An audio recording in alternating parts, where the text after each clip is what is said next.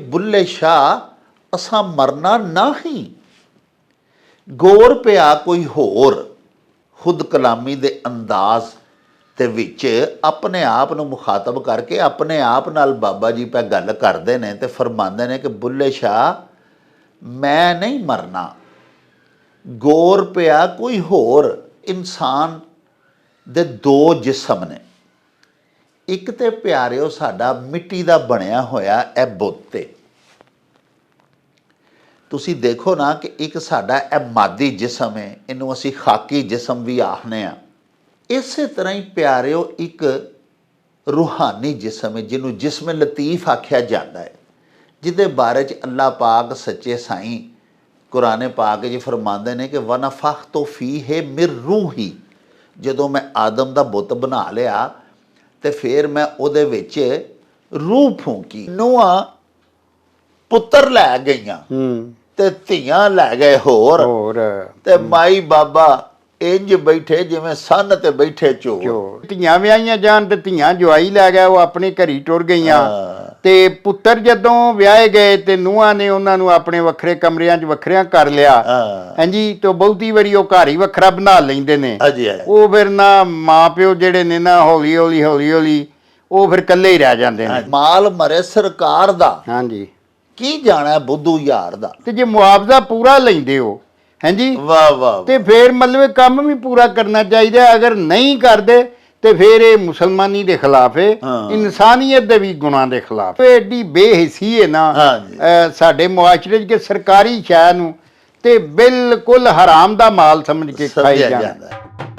ਰੌਣਕ ਹੋ ਜਾਉ ਛੱਟ ਵੇ ਚੱਲ ਮੇਲੇ ਨੂੰ ਚਲੀਏ। शुरू खुदा दे नामों जिसदा जोड़ जवाब न कोई, जिसदी रहमत बख्शिश वाला अंत हिसाब न कोई। दुनिया भर दे विच वसन वाले पंजाबियों ते साडे प्यारे वेखण वालिओ, अस्सलामु अलैकुम। पंजाबी माँ बोली दे जुबानों अदब ते सकाफत दे फरोग ते वधावे ते चढ़तल लई शुरू कीते जान वाले ताडे अपने यूट्यूब चैनल मेला टीवी दे उत्ते तानू दिल दियां डुंगियाइयां तो सत बिस्मिल्ला ते जी आयां नू आखने आ। प्यारिओ, साडी ये बेनती है भी अपने इस चैनल नू सबसक्राइब कर लवो, नाल बनिया होया घंटी का निशान जरूर दबाया जे। साहिबो, साडे व्लॉग्स नू लाइक ते शेयर भी करया करो ते अपने कमेंट्स सानू जरूर भिजवाया करो, जेड़े कि साडे लई बड़ी हलाशेरी दा मूजब हुंदे ने ते नाले असी तुहाडे कमेंट्स ते तुहाडी गाइडेंस दे चन्न ने अपनी गलबात नू मजीद निखारन शिंगारन ते सवारन दा आर ते यतन भी करते रहने आ। प्यारिओ, साडी एक परमानेंट व्यूअर साडी धी मदीहा शेर मुहम्मद ने वजीराबाद तो सानू मर्दे हक्कानी ते मुहदे लासानी हज़रत बाबा जी बुल्ले शाह साहब सैयद सरकार दा एक बड़ा ही इश्क भिन्निया ते इखलास नहलाया होया मिसरा भिजवाया है। बाबा जी सरकार दी काफ़ी दा ये मकते वाला मिसरा है ते साडी धी ने ये मंग कीती है भई इहदा तर्जमा असी तुहाडे हजूर बयान करिए। प्यारिओ, हजूर बाबा जी बुल्ले शाह साहब सैयद इहदे विच पै फरमांदे ने कि बुल्ले शाह असां मरना नहीं, गौर पिया कोई होर। साहिबो, इहदा लफजी तर्जमा तो यह वे भी बुल्ले शाह मैं नहीं मरना।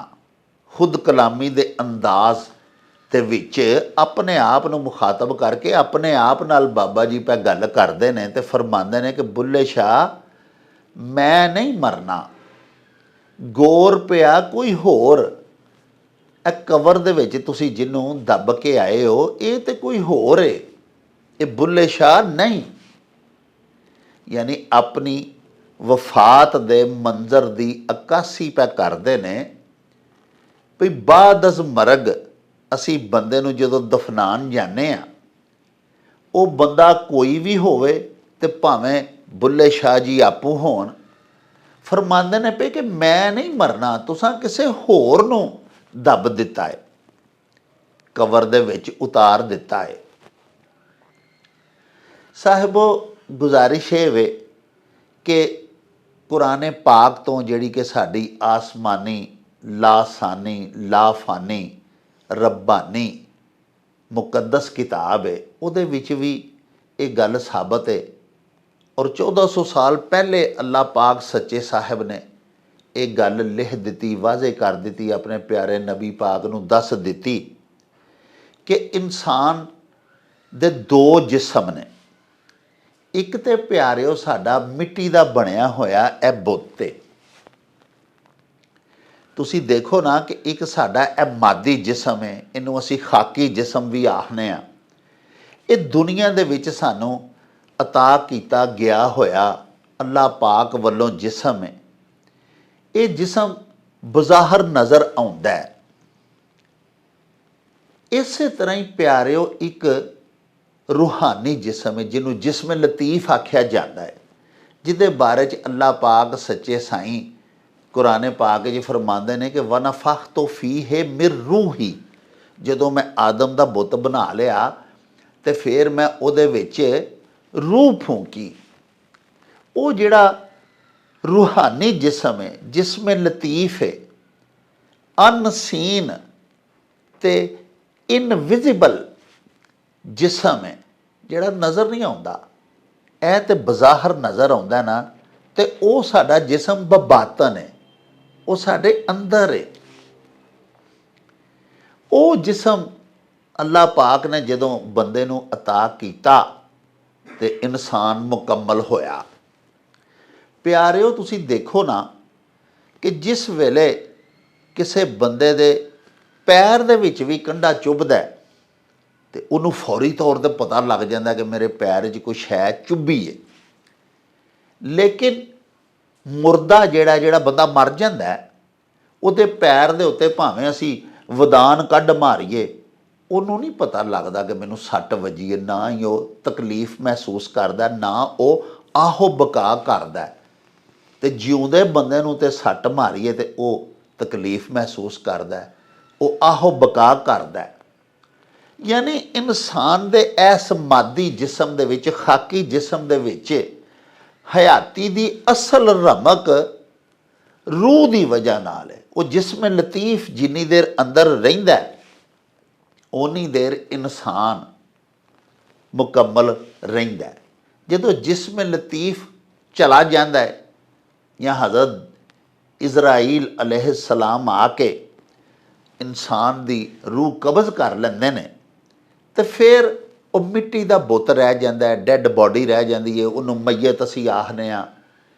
ਉਹ ਇਨਸਾਨ ਨਹੀਂ ਰਹਿੰਦਾ, ਬਲਕਿ ਉਹਦਾ ਨਾਂ ਤੱਕ ਨਹੀਂ ਲੈਂਦੇ। ਮਿਸਾਲ ਦੇ ਤੌਰ 'ਤੇ ਇੱਕ ਬੰਦੇ ਦਾ ਨਾਂ ਹੈ ਅਬਦੁੱਲਾ। ਉਹ ਫੌਤ ਹੋ ਜਾਂਦਾ ਹੈ ਤੇ ਫਿਰ ਉਹ ਮੰਜੀ 'ਤੇ ਉਹਦੀ ਜਿਹੜੀ ਡੈੱਡ ਬਾਡੀ ਪਈ ਹੁੰਦੀ ਹੈ, ਉਹਨੂੰ ਕੋਈ ਨਹੀਂ ਆਖਦਾ ਵੀ ਇਹ ਅਬਦੁੱਲਾ ਪਿਆ ਹੈ, ਫਿਰ ਉਹਦਾ ਨਾਂ ਹੀ ਮਈਤ ਹੋ ਜਾਂਦਾ ਹੈ। ਇਹ ਮੈਂ ਅਰਜ਼ ਕਰ ਰਿਹਾ ਸਾਂ ਤੁਹਾਡੀ ਖਿਦਮਤ ਆਲੀਆ ਦੇ ਵਿੱਚ ਕਿ ਸਾਡੇ ਦੀਨ ਵੱਲੋਂ ਵੀ ਸਾਨੂੰ ਇਹ ਸਬਕ ਮਿਲਦਾ ਹੈ ਕਿ ਇਨਸਾਨ ਦੋਹਰੀ ਸ਼ਖਸੀਅਤ ਦਾ ਮਾਲਕ ਹੈ। ਇੱਕ ਇਹਦਾ ਮਾਦੀ ਜਿਸਮ ਹੈ, ਇੱਕ ਇਹਦਾ ਰੂਹਾਨੀ ਜਿਸਮ ਹੈ। ਤੇ ਸਾਹਿਬੋ, ਹੁਣ ਤੇ ਮਾਹਿਰੀਨ ਤਬੀਆਤ ਜਿਹੜੇ ਨੇ ਔਰ ਜਦੀਦ ਤਰੀਨ ਸਾਇੰਸਦਾਨ ਜਿਹੜੇ ਨੇ, ਉਹਨਾਂ ਦੀਆਂ ਤਹਿਕੀਕਾਤ ਔਰ ਉਹਨਾਂ ਦੀਆਂ ਰਿਸਰਚਾਂ ਵੀ ਇਸ ਗੱਲ ਨੂੰ ਮੰਨ ਗਈਆਂ ਨੇ ਕਿ ਇਨਸਾਨ ਦੋਹਰੀ ਸ਼ਖਸੀਅਤ ਦਾ ਹਾਮਿਲ ਹੈ। ਯਾਨੀ ਇੱਕ ਬੰਦਾ ਜਿਹੜਾ ਉਹਦੇ ਦੋ ਜਿਸਮ ਹੁੰਦੇ ਨੇ। ਇੱਕ ਉਹਦਾ ਜਿਸਮ ਬਜ਼ਾਹਰ ਨਜ਼ਰ ਆਉਂਦਾ ਸਾਰੀ ਦੁਨੀਆ ਨੂੰ, ਔਰ ਦੂਸਰਾ ਉਹਦਾ ਜਿਸਮ ਲਤੀਫ ਹੁੰਦਾ ਜਿਹੜਾ ਉਹਦੇ ਅੰਦਰ ਵਸਦਾ। ਔਰ ਉਹ ਜਿਹੜਾ ਅੰਦਰ ਵਸਦਾ ਹੈ ਉਹਦਾ ਨਾਂ ਹੀ ਇਨਸਾਨ ਹੁੰਦਾ ਹੈ। ਜਿਹੜਾ ਬਾਹਰ नज़र आने वाला मादी जिसम है, खाकी जिसम है, ਉਹਦੇ ਬਾਰੇ ਤੇ ਪਿਆਰਿਓ ਮਾਹਰੀਨ ਤਬੀਆਤ ਫਰਮਾਉਂਦੇ ਨੇ ਕਿ ਇਨਸਾਨ ਦੀ ਰੂਹ ਇੰਝ ਸਮਝ ਲਓ ਕਿ ਇਹ ਜਿਹੜਾ ਜਿਸਮ ਹੈ ਇਹ ਇੱਕ ਕੱਪੜੇ ਨੇ ਤੇ ਇਹਨਾਂ ਕੱਪੜਿਆਂ ਨੂੰ ਇਨਸਾਨ ਦੀ ਰੂਹ ਨੇ ਪਹਿਨਿਆ ਹੋਇਆ ਹੈ।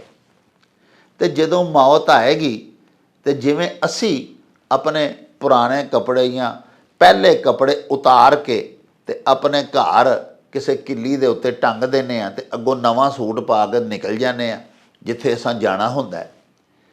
ਜਿਸ ਤਰ੍ਹਾਂ ਅਸੀਂ ਆਪਣੇ ਕੱਪੜੇ ਉਤਾਰ ਦਿੰਦੇ ਹਾਂ, ਇਸੇ ਤਰ੍ਹਾਂ ਹੀ ਰੂਹ ਇਹ ਜਿਹੜਾ ਮਾਦੀ ਜਿਸਮ ਵਾਲਾ ਲਿਬਾਸ ਹੈ ਨਾ, ਇਹਨੂੰ ਉਤਾਰ ਕੇ ਧਰ ਜਾਏਦੀ ਤੇ ਆਪ ਅੱਲਾਹ ਪਾਕ ਦੇ ਹੁਕਮ ਦੇ ਨਾਲ ਵਾਪਸ ਅੱਲਾਹ ਪਾਕ ਦੇ ਕੋਲ ਟੁਰ ਜਾਏਦੀ।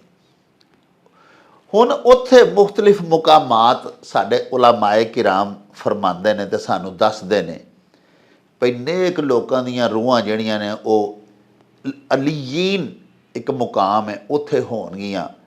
ਇਸੇ ਤਰ੍ਹਾਂ ਜਿਹੜੇ ਬਦਕਾਰ ਜਾਂ ਗੁਨਾਹਗਾਰ ਲੋਕ ਹੋਣਗੇ ਉਹਨਾਂ ਦੀਆਂ ਰੂਹਾਂ ਜਿਹੜੀਆਂ ਨੇ ਉਹ ਸਿਜੀਨ ਇੱਕ ਮੁਕਾਮ ਹੈ, ਉੱਥੇ ਹੋਣਗੀਆਂ। ਬਹਰਹਾਲ ਇਹ ਪਿਆਰਿਓ ਇੱਕ ਤਵੀਲ ਟੌਪਿਕ ਹੈ। ਰੂਹਾਂ ਦੇ ਮਰਾਤਬ ਔਰ ਮੁਕਾਮ ਕੀ ਨੇ, ਉਹ ਕਿੱਥੇ ਜਾ ਕੇ ਅੱਲਾਹ ਪਾਕ ਦੇ ਹਜ਼ੂਰ ਫਿਰ ਕਿਆਮ ਕਰਨਗੀਆਂ ਕਿਆਮਤ ਤੱਕ, ਇਹ ਇੱਕ ਅਲੱਗਾ ਟੌਪਿਕ ਹੈ। ਅਰਜ਼ ਮੈਂ ਕਰ ਰਿਹਾ ਸਾਂ ਕਿ ਬਾਬਾ ਜੀ ਬੁੱਲੇ ਸ਼ਾਹ ਸਾਹਿਬ ਸਰਕਾਰ ਫਰਮਾਉਂਦੇ ਨੇ ਪਏ ਭਈ ਬੁੱਲੇ ਸ਼ਾਹ ਅਸਾਂ ਮਰਨਾ ਨਹੀਂ, ਇਹਦੇ ਤੋਂ तमाम ਇਨਸਾਨ ਔਰ ਬਿਲਖਸੂਸ ਮੋਮਿਨੀਨ ਅੱਲਾਹ ਪਾਕ ਦੇ ਨੇਕ ਬੰਦੇ ਮੁਰਾਦ ਨੇ।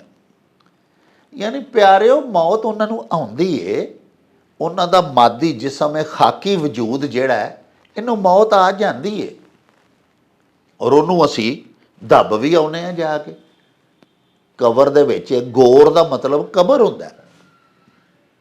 ਬੁੱਲੇ ਸ਼ਾਹ ਜੀ ਫਰਮਾਉਂਦੇ ਨੇ ਵੀ ਗੌਰ ਪਿਆ ਕੋਈ ਹੋਰ, ਵੀ ਜਿਹਨੂੰ ਤੁਸੀਂ ਕਬਰ ਦੇ ਵਿੱਚ ਜਾ ਕੇ ਦਫਨਾ ਦਿੱਤਾ ਏ ਉਹ ਤੇ ਕੋਈ ਹੋਰ ਹੈ।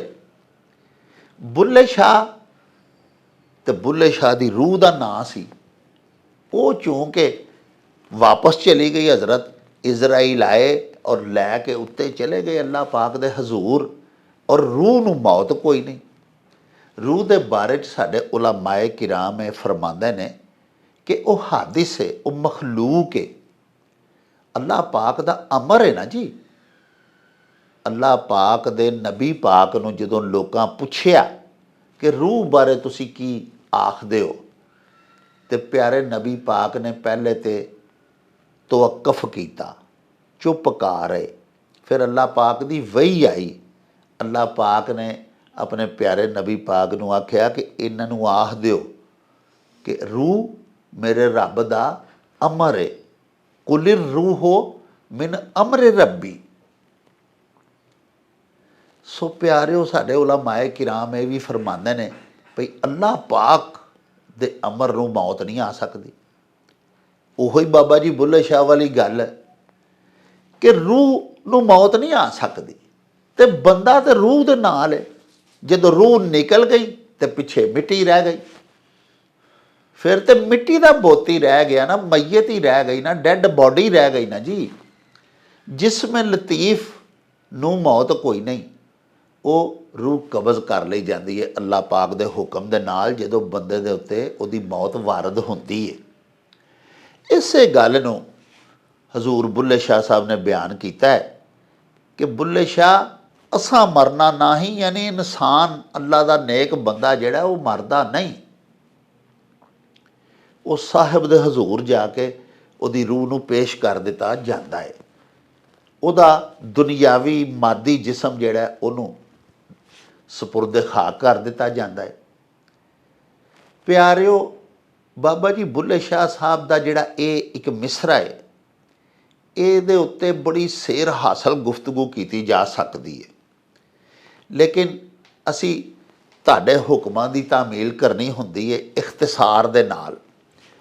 ਇਨਸ਼ਾ ਅੱਲਾਹ ਅੱਲਾਹ ਪਾਕ ਸੱਚੇ ਸਾਈਂ ਨੇ ਮੌਕਾ ਦਿੱਤਾ ਤੇ ਇਸ ਬਾਬਾ ਜੀ ਬੁੱਲੇ ਸ਼ਾਹ ਸਾਹਿਬ ਦੇ ਮਿਸਰੇ ਦੇ ਉੱਤੇ ਪੂਰਾ ਇੱਕ ਵਿਲੌਗ ਕਰਾਂਗੇ, ਬਲਕਿ 2-3 ਵਿਲੌਗ ਕਰਾਂਗੇ।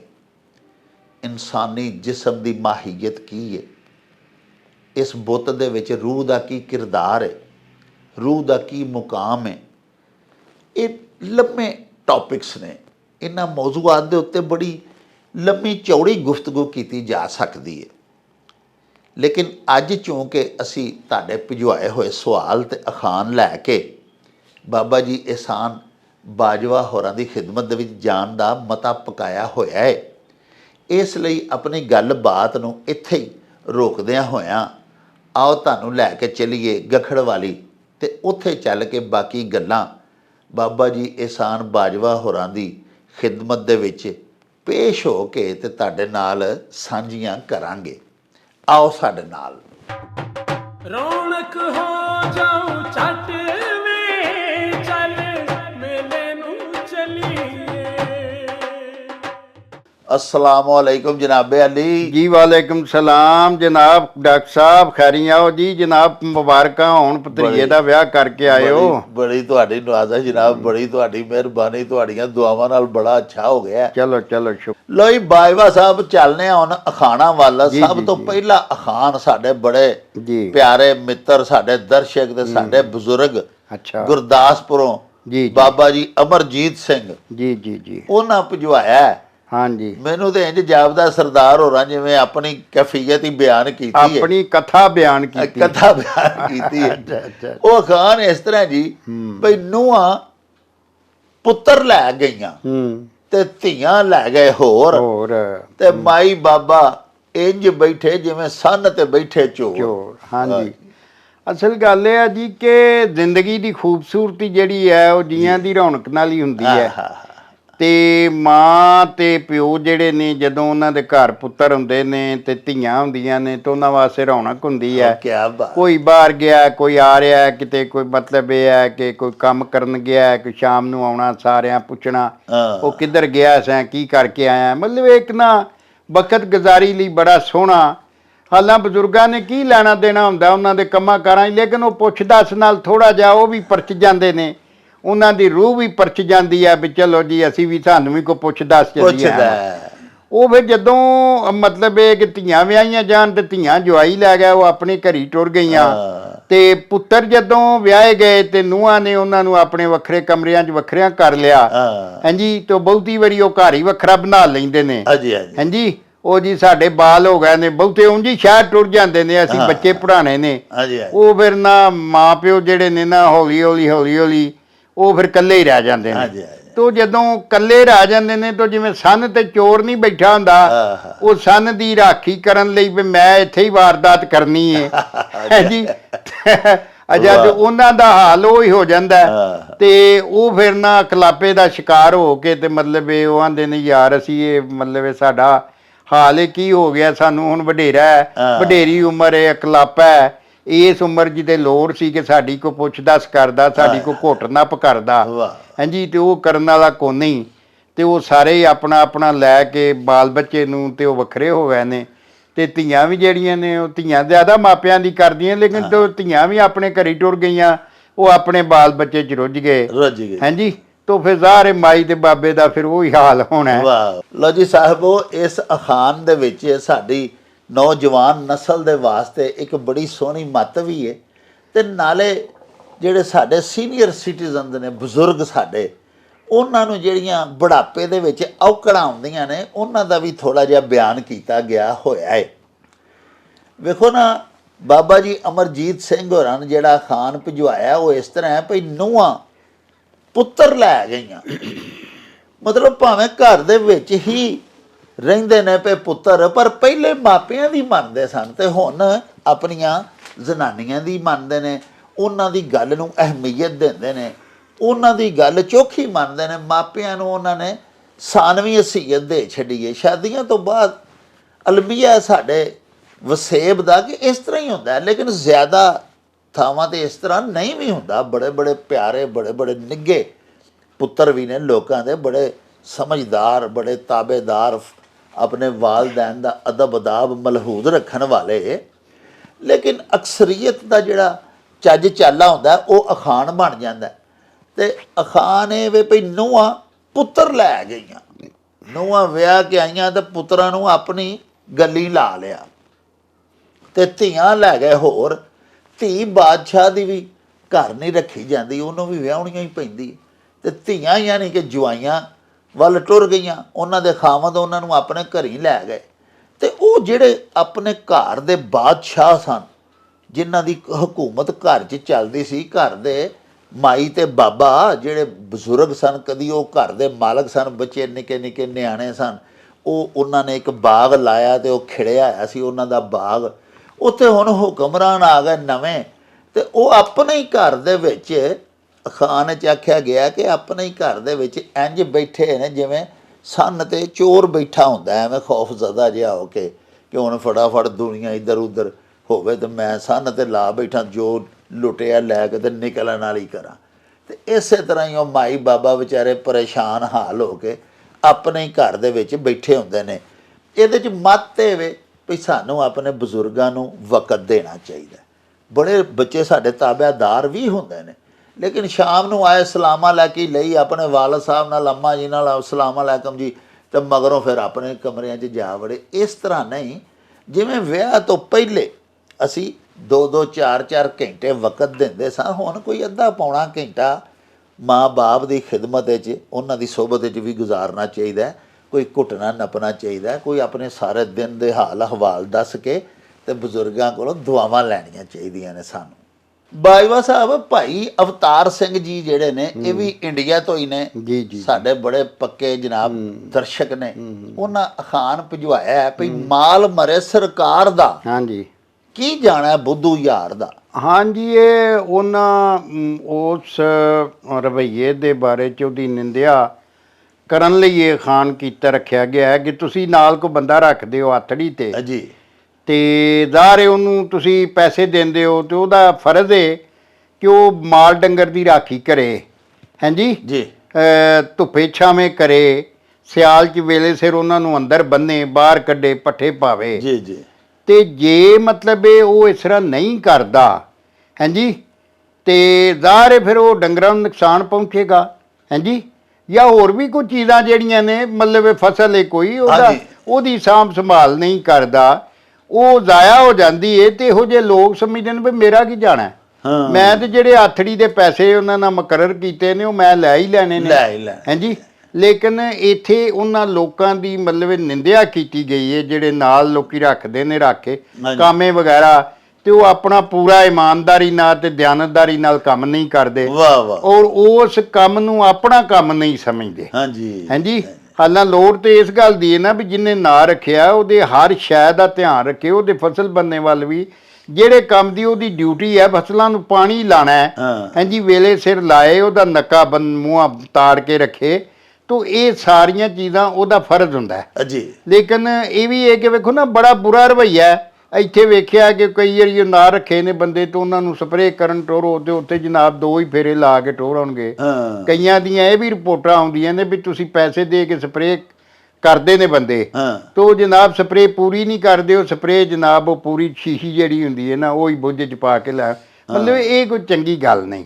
ਜਿਹੜਾ ਵੀ ਕੰਮ ਤੁਸੀਂ ਕਰੋ ਦਿਆਨਤਦਾਰੀ ਨਾਲ ਕਰੋ, ਜੋ ਵੀ ਜ਼ਿੰਮੇਵਾਰੀ ਆਪਣੀ ਲਵੋ, ਕਿਸੇ ਤੇ ਨਾਲ ਪਹਿਲਾਂ ਤੁਸੀਂ ਮੁਆਵਜ਼ਾ ਮੁਕਾਇਆ, ਤੇ ਜੇ ਮੁਆਵਜ਼ਾ ਪੂਰਾ ਲੈਂਦੇ ਹੋ, ਹਾਂਜੀ, ਵਾਹ ਵਾਹ, ਤੇ ਫਿਰ ਮਤਲਬ ਕੰਮ ਵੀ ਪੂਰਾ ਕਰਨਾ ਚਾਹੀਦਾ। ਅਗਰ ਨਹੀਂ ਕਰਦੇ ਤੇ ਫਿਰ ਇਹ ਮੁਸਲਮਾਨੀ ਦੇ ਖਿਲਾਫ ਹੈ, ਇਨਸਾਨੀਅਤ ਦੇ ਵੀ ਗੁਨਾਹ ਦੇ ਖਿਲਾਫ ਹੈ, ਹਾਂਜੀ ਹਾਂਜੀ।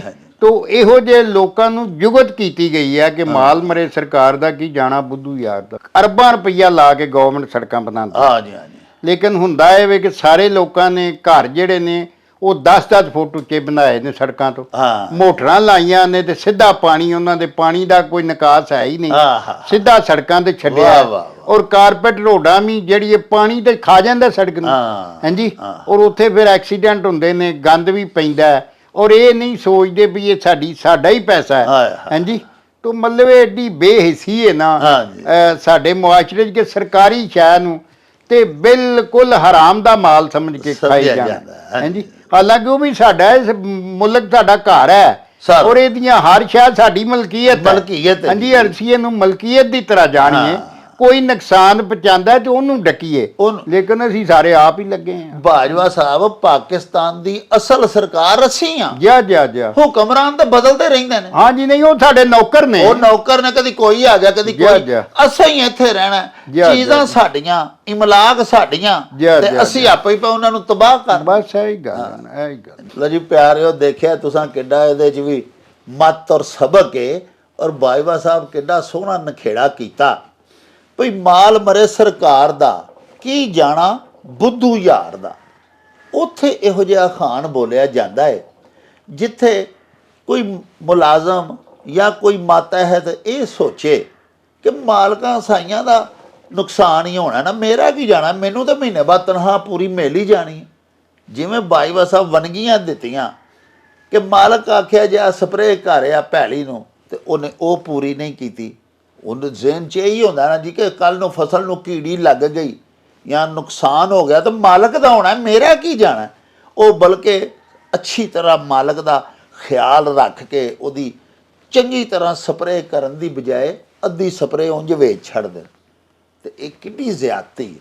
ਯਾਨੀ ਪਿਆਰਿਓ, ਅਜਿਹੇ ਮੌਕੇ ਦੇ ਉੱਤੇ ਜਦੋਂ ਅਸੀਂ ਬਗਾਨੇ ਮਾਲ ਦੀ ਕਦਰ ਨਾ ਕਰੀਏ, ਸਿਰਫ ਆਪਣੇ ਮਾਲ ਦੀ, ਆਪਣੀ ਮਲਕੀਤੀ ਚੀਜ਼ ਨੂੰ ਅਹਿਮੀਅਤ ਦਈਏ, ਤੇ ਕਿਸੇ ਦਾ ਭਾਵੇਂ ਜਿੰਨਾ ਮਰਜ਼ੀ ਨੁਕਸਾਨ ਹੋ ਜਾਏ, ਅਸੀਂ ਇਹ ਹੀ ਸਮਝੀਏ ਕਿ ਪਰਾਇਆ ਮਾਲ ਹੈ, ਉਹਦਾ ਨੁਕਸਾਨ ਹੁੰਦਾ ਤੇ ਪਿਆ ਹੋਵੇ। ਇਹ ਬਾਜਵਾ ਸਾਹਿਬ ਫਰਮਾਇਆ ਵੀ ਦੀਨੀ ਹਵਾਲੇ ਦੇ ਨਾਲ ਵੀ ਇੰਤਹਾਈ ਨਾਪਸੰਦੀਦਾ ਅਮਲ ਹੈ। ਔਰ ਸਾਡੇ ਸਮਾਜ ਵਸੇਬ ਦੇ ਵਿੱਚ, ਸੁਸਾਇਟੀ ਦੇ ਵਿੱਚ ਵੀ ਇਹਨੂੰ ਕੋਈ ਅੱਛੀ ਨਜ਼ਰ ਨਾਲ ਨਹੀਂ ਦੇਖੇਗਾ। ਇਹ ਤਾਂ ਖੁਦ ਗਰਜ਼ੀ ਹੋ ਗਈ ਨਾ ਜੀ ਫਿਰ, ਕਿ ਆਪਣੀ ਸ਼ੈ ਦੀ, ਆਪਣੇ ਆਪ ਦੀ ਫਿਕਰ ਕਰਨੀ, ਅਗਲੇ ਦਾ ਭਾਵੇਂ ਕਿੰਨਾ ਪਿਆ ਨੁਕਸਾਨ ਹੁੰਦਾ ਪਿਆ ਹੋਵੇ। ਹੁਣ ਮਾਲ ਮਰੇ ਸਰਕਾਰ ਦਾ, ਕੀ ਜਾਣਾ ਬੁੱਧੂ ਯਾਰ ਦਾ। ਇੱਥੋਂ ਇੱਕ ਹੋਰ ਗੱਲ ਵੱਲ ਵੀ ਸਾਡਾ ਧਿਆਨ ਜਾਂਦਾ ਹੈ। ਦੇਖੋ ਕਿ ਸਾਡੇ ਹਰ ਸ਼ਹਿਰ ਵਿੱਚ, ਹਰ ਪਿੰਡ ਥਾਂ ਦੇ ਵਿੱਚ ਨਾ ਜੀ ਬਹੁਤ ਸਾਰੀਆਂ ਸਰਕਾਰੀ ਬਿਲਡਿੰਗਸ ਵੀ ਹੁੰਦੀਆਂ ਨੇ, ਸਰਕਾਰੀ ਇਮਲਾਕ ਹੁੰਦੀਆਂ ਨੇ, ਗੌਰਮੈਂਟ ਦੀਆਂ ਮਲਕੀਤੀ ਵੀ ਜਾਈ ਹੁੰਦੀਆਂ ਨੇ, ਬਿਲਡਿੰਗਸ ਹੁੰਦੀਆਂ ਨੇ, ਸਕੂਲ ਹੁੰਦੇ ਨੇ, ਹਸਪਤਾਲ ਹੁੰਦੇ ਨੇ। ਅਸੀਂ ਦੇਖਿਆ ਕਿ ਉੱਥੇ ਵੀ ਆਮ ਲੋਕ, ਸ਼ਹਿਰੀ ਜਿਹੜੇ ਨੇ, ਉਹਨਾਂ ਦਾ ਵਰਤਾਰਾ ਇਹ ਹੀ ਹੁੰਦਾ ਭਈ ਬਿਲਡਿੰਗ ਇਹਦੀ ਕੰਧ ਪਈ ਢੱਠਦੀ ਹੈ ਤੇ ਪਈ ਢੱਠੇ, ਇਹਦਾ ਕੋਈ ਨੁਕਸਾਨ ਪਿਆ ਹੁੰਦਾ ਤੇ ਹੋਵੇ, ਗੌਰਮੈਂਟ ਦਾ ਹੋਣਾ ਨਾ, ਸਰਕਾਰ ਦਾ ਹੋਣਾ, ਸਾਡਾ ਕੀ ਜਾਣਾ। ਇਹ ਵੀ ਬੜਾ ਬੁਰਾ ਰਵੱਈਆ ਹੈ। ਸਰਕਾਰ ਵੀ ਸਾਡੀ ਹੈ, ਤੇ ਸਰਕਾਰ ਨੇ ਸਾਡੇ ਪਿੰਡ ਜਿਹੜਾ ਹਸਪਤਾਲ ਬਣਾਇਆ, ਜਿਹੜਾ ਸਕੂਲ ਬਣਾਇਆ, ਪਿਆਰਿਓ ਸਾਡੇ ਹੀ ਪੈਸਿਆਂ ਨਾਲ ਬਣਾਇਆ। ਕੋਈ ਹੁਕਮਰਾਨ ਆਪਣੇ ਵਾਲਦ ਸਾਹਿਬ ਦੇ ਬੈਂਕ ਅਕਾਊਂਟ 'ਚੋਂ ਪੈਸੇ ਕਢਾ ਕੇ ਲਿਆ ਕੇ ਤੇ ਆਵਾਮ 'ਤੇ ਨਹੀਂ ਲਾਉਂਦਾ, ਸਾਡਾ ਹੀ ਪੈਸਾ ਹੈ। ਤੇ ਸਾਨੂੰ ਪਿੰਡਾਂ ਦੇ ਫਿਰ ਸਕੂਲਾਂ ਦੇ ਵਿੱਚ ਸਾਡੇ ਕਈ ਚੌਧਰੀ ਭਰਾ ਜਿਹੜੇ ਡਾਂਗ ਵਾਲੇ ਹੁੰਦੇ ਨੇ, ਉਹ ਆਪਣੇ ਡੰਗਰ ਪੈ ਬੰਨ੍ਹਦੇ ਨੇ, ਉੱਥੇ ਦਰਖਤ ਪੈ ਵੱਢ ਵੱਢ ਕੇ ਘਰਾਂ ਨੂੰ ਖੜਦੇ ਨੇ। ਅਸਾਂ ਵੇਖਿਆ ਕਿ ਇੱਥੇ ਇੱਕ ਪਿੰਡ ਦੇ ਵਿੱਚ ਬੇਸਿਕ ਹੈਲਥ ਯੂਨਿਟ ਬਣਿਆ, ਉਹਦੇ ਦਰਵਾਜ਼ੇ ਲਾ ਕੇ ਲੋਕ ਲੈ ਗਏ। ਉਹ ਕੁਛ ਦੇਰ ਗੈਰ ਆਬਾਦ ਰਿਹਾ, ਜਲਦੀ ਉਹ ਫੰਕਸ਼ਨਲ ਨਾ ਹੋ ਸਕਿਆ। ਤੇ ਜਦੋਂ ਉਹਨੂੰ ਫੰਕਸ਼ਨਲ ਕਰਨ ਦੇ ਵਾਸਤੇ ਗੌਰਮੈਂਟ ਜਾਂ ਮਹਿਕਮਾ ਹੈਲਥ ਤਿਆਰ ਹੋਇਆ, ਤੇ ਨਾ ਉੱਥੇ ਕੋਈ ਬੂਹਾ ਰਿਹਾ, ਨਾ ਬਾਰੀ ਰਹੀ, ਸਾਰਾ ਕੁਛ ਹੀ ਲੋਕੀ ਲੈ ਗਏ, ਸਾਨੂੰ ਲਾਹ ਕੇ। ਸੋ ਸਰਕਾਰ ਦੀ ਜਿਹੜੀਆਂ ਮਲਕੀਤੀ ਇਮਲਾਕ ਹੁੰਦੀਆਂ ਨੇ, ਉਹਨਾਂ ਨੂੰ ਵੀ ਸਾਨੂੰ ਆਪਣਾ ਸਮਝਣਾ ਚਾਹੀਦਾ। ਤਾਂ ਹੀ ਅਸੀਂ ਇੱਕ ਕੌਮ ਬਣਾਂਗੇ ਨਾ। ਸਾਡਾ ਪਾਕਿਸਤਾਨ ਹੈ ਤੇ ਸਾਡੇ ਪੈਸਿਆਂ ਦੀਆਂ ਇਹ ਸਾਰੀਆਂ ਸਰਕਾਰੀ ਇਮਾਰਤਾਂ ਔਰ ਸਰਕਾਰੀ ਇਮਲਾਕ ਨੇ। ਸਾਹਿਬੋ, ਇਹਦੇ ਨਾਲ ਹੀ ਸਾਡੇ ਅੱਜ ਦੇ ਵਿਲਾਗ ਦਾ ਵੇਲਾ ਮੁੱਕ ਗਿਆ। ਲੈ ਯਾਰ ਹਵਾਲੇ ਰੱਬ ਦੇ ਤੇ ਮੇਲੇ 4 ਦਿਨਾਂ ਦੇ, ਉਸ ਦਿਨ ਈਦ ਮੁਬਾਰਕ ਹੋਸੀ, ਜਿਸ ਦਿਨ ਫੇਰ ਮਿਲਾਂਗੇ। ਰੱਬ ਰਾਖਾ ਤੇ ਅੱਲਾ ਬੇਲੀ।